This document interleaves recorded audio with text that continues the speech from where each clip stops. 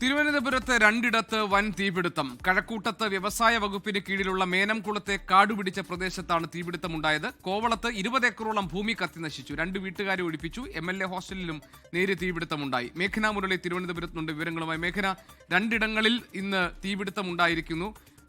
മറ്റ് 2 ഇടത്തായിട്ടുണ്ടായിരിക്കുന്ന വൻ തീപിടുത്തം, അത് എല്ലാം നിയന്ത്രണ വിധേയമായിട്ടുണ്ടോ? എന്താണ് മേനംകുളത്ത് ഈ കാടുപിടിച്ച പ്രദേശത്ത് തീപിടുത്തമുണ്ടായത് എങ്ങനെയാണ് എന്ന കാര്യം പരിശോധനയിൽ കണ്ടെത്താൻ കഴിഞ്ഞിട്ടുണ്ടോ? എന്തെല്ലാം പുതിയ വിവരങ്ങളാണ് തരാനുള്ളത്?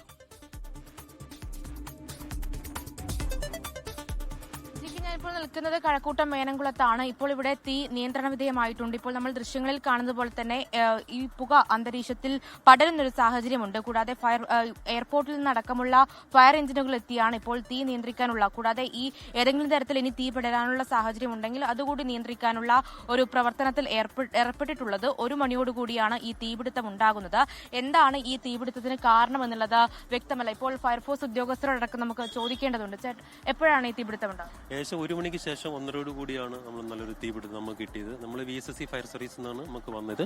ഞങ്ങൾ വന്നിരിക്കുന്നത് 3 യൂണിറ്റ് വന്നിട്ടുണ്ട്. സ്റ്റേറ്റ് ഫയർ സർവീസിൽ നിന്നും ഒരു 7 യൂണിറ്റ് ഫയർ യൂണിറ്റ്. എന്താണ് ഈ തീപിടുത്തത്തിന് കാരണം വ്യക്തമായിട്ട്? കാരണം പ്രത്യേകിച്ച് നമുക്ക് കാരണം കണ്ടെത്താൻ പറ്റിയിട്ടില്ല.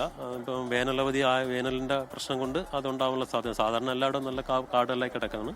അപ്പോൾ അതുണ്ടായതിന്റെ സാധ്യതയാണ് അതാണ്. ഈ നിയന്ത്രണ വിധേയമാണ്. തീ നിയന്ത്രണ വിധേയമായിട്ടുണ്ട്. നമ്മളിപ്പോൾ ഫയർ ഉണ്ടാവാൻ ഇനി ഒരു സാധ്യതയുമില്ല. എയർപോർട്ടിൽ നിന്നും ഒരു വണ്ടി എത്തിയിട്ടുണ്ട്, പാന്തർ എത്തിയിട്ടുണ്ട്.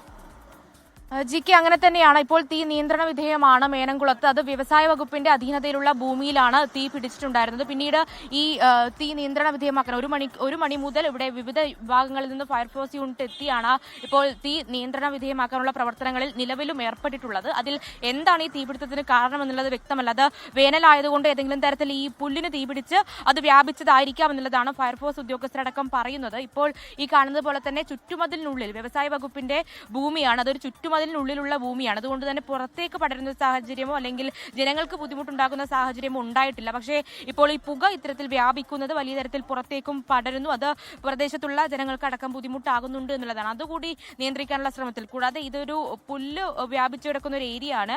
അതുകൊണ്ട് തന്നെ ഏതെങ്കിലും തരത്തിൽ ഇനി തീപിടിക്കാനുള്ള സാഹചര്യം ഉണ്ടോ എന്നടക്കമുള്ള കാര്യങ്ങളാണ് ഫയർഫോഴ്സ് ഉദ്യോഗസ്ഥർ പരിശോധിക്കുന്നത്. അതുപോലെ തന്നെയാണ് കോവളത്തും തീപിടുത്തം ഉണ്ടായത്. കോവളത്തും സമാനമായ രീതിയിലാണ് തീപിടുത്തം ഉണ്ടായത്. അതിൽ 2 ഏക്കറോളം ഭൂമിയാണ് കത്തി നശിച്ചത്. അതിൽ പ്രദേശത്തുള്ള വീട്ടുകാരെ അടക്കം സ്ഥലത്ത് നിന്ന് മാറ്റുകയും ചെയ്തിട്ടുണ്ട്. എന്തായാലും ഇപ്പോൾ കഴക്കൂട്ടം മേനംകുളത്ത് തീ നിയന്ത്രണ വിധേയമാണ്. ഈ ഉപയോഗശൂന്യമായി കിടക്കുന്ന വ്യവസായ വകുപ്പിന്റെ ഭൂമിയായിരുന്നു. അതുകൊണ്ട് വലിയ അപകട സാധ്യതയിലേക്ക് പോയില്ല. പക്ഷേ ഇവിടെ ഭാരത് ഗ്യാസിന്റെ ഒരു യൂണിറ്റ് ഉള്ളത്, ഒരു പ്ലാന്റ് ഉള്ളത് വലിയ തരത്തിലൊരു അപകട ഭീഷണി ഉണ്ടായിരുന്നു. പക്ഷേ അതും ഇപ്പോൾ ഫയർഫോഴ്സ് ഉദ്യോഗസ്ഥർ നിയന്ത്രണ വിധേയമാക്കിയിട്ടുണ്ട്. മറ്റ് പ്രശ്നങ്ങളില്ല. ഇപ്പോൾ ഈ പുക കൂടി നിയന്ത്രിക്കാനുള്ള ശ്രമത്തിലാണ് ഉദ്യോഗസ്ഥർ ഏർപ്പെട്ടിട്ടുള്ളത്. എയർപോർട്ടിൽ നിന്നടക്കമുള്ള ഫയർ യൂണിറ്റുകളാണ് ഇപ്പോൾ സ്ഥലത്തെത്തിയിരിക്കുന്നത്. ശരി, മേഘന മുരളിയാണ് വിവരങ്ങൾ നൽകിയത്. 2 ഇടങ്ങളിൽ ഇന്ന് തീപിടുത്തം ഉണ്ടായിട്ടുണ്ട്. തീ അണയ്ക്കാനുള്ള ശ്രമങ്ങൾ നടന്നു.